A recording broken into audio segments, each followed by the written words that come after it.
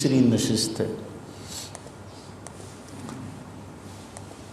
ہمارے ہاں جب کسی بات کو بہت مبالغے کے ساتھ بیان کرنا ہو، مثلا کسی شخص کا ہاتھ بہت کھلا ہے سخاوت کے اعتبار سے اور وہ بہت زیادہ سخی ہے، اور ہم نے اس کو بہت مبالغے کے ساتھ بیان کرنا، تو ہم اپنی زبان میں کہتے ہیں بڑا سخی ہے، بہت سخی ہے۔ یہ جو بہت سخی ہے یا جو فلاں آدمی بڑا لوگوں کے ساتھ اچھا معاملہ کرتا ہے، اس کو کہتے ہیں مبالغہ، اسے کہتے ہیں مبالغہ، بلا تشبیہ اور بلا تمثیل۔ الرحمن الرحیم، الرحمن کا معنی بہت زیادہ اپنے بندوں پر رحمت کرنے والا، الرحیم بہت زیادہ مہربان۔ اب یہ جو لفظ رحمان ہے، اب آج ہم گرامر کے اعتبار سے تھوڑی سی بات کرتے چلیں۔ یہ جو رحمان ہے، رحمان کا جو وزن ہے وہ ہے فعلان۔ عربی زبان میں ہر لفظ کا ایک وزن ہوتا ہے اور وہ مخصوص معانی کے لیے استعمال ہوتا ہے۔ مثلا فعلان کے وزن پہ جو بھی آتا ہے نا، جو بھی لفظ آئے گا، جو بھی صیغہ آئے گا، اس کے اندر ہیجان اور شدت پائی جائے گی۔ مثلا کوئی شخص بہت زیادہ پیاسا ہو، یہاں تک کہ وہ مرنے کے قریب ہو، تو اس کے لیے لفظ آتا ہے عطشان۔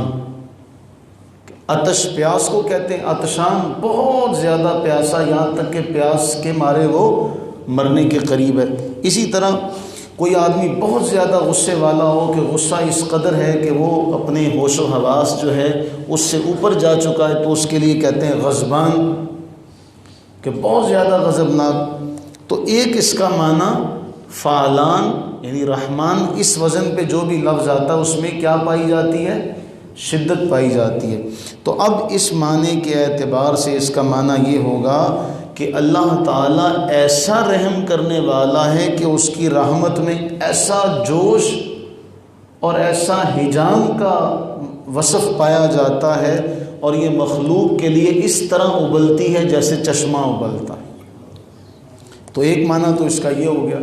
دوسرا، اس وزن پہ جو لفظ آئے اس کے اندر وسعت، انتہا درجے کی وسعت ہوتی ہے۔ مثلا ہم کسی شخص کے بارے میں یہ کہیں گے اس کے پاس بہت دولت ہے، تو ہمارے ذہن میں بہت کا ایک حد ہوگی، ایک حد ہوگی نا، ہم کہیں گے اس کے پاس بڑی دولت ہے۔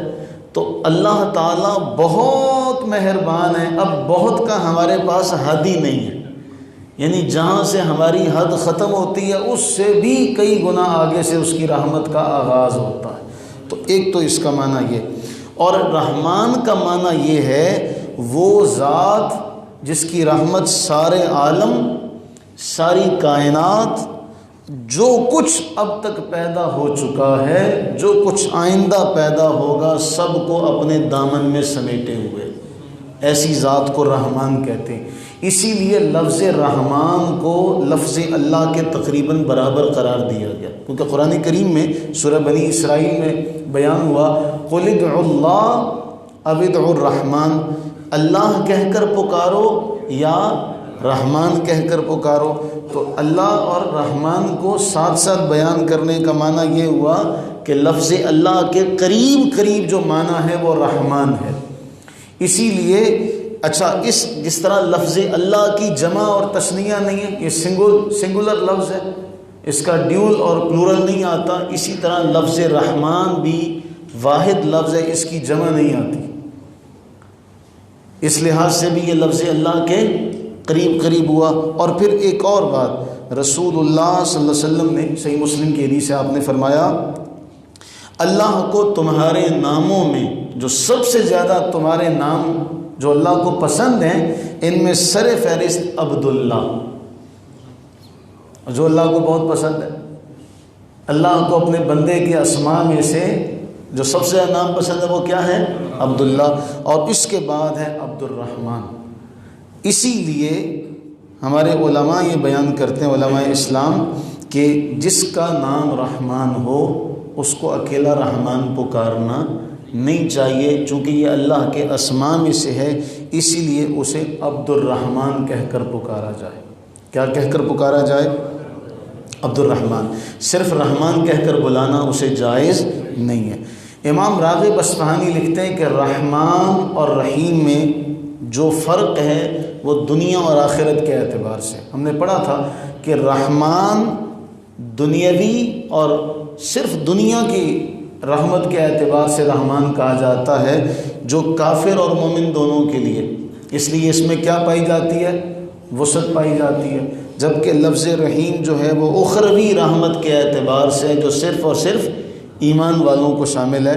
جیسے اللہ نے قرآن کریم میں آسان لفظوں میں بیان کیا، رحمتی وسعت کل شیء، میری رحمت ہر چیز سے زیادہ وسیع ہے، ہر ایک کو شامل ہے، چاہے وہ اہل ہے چاہے وہ اہل نہیں ہے، وہ رحمت کا مستحق ہے یا نہیں ہے، اس پر بھی میری رحمت ہر ایک سے زیادہ وسیع ہے، ہر چیز سے زیادہ وسیع ہے۔ لیکن فرمایا فَسَأَكْتُبُهَا لِلَّذِينَ يَتَّقُونَ، پھر ایک وقت آئے گا ہم اس رحمت کو جو ہر کس و ناکس کو، ہر اہل و نااہل کو شامل ہے، پھر ہم اس رحمت کو خاص کر لیں گے، کن کے لیے؟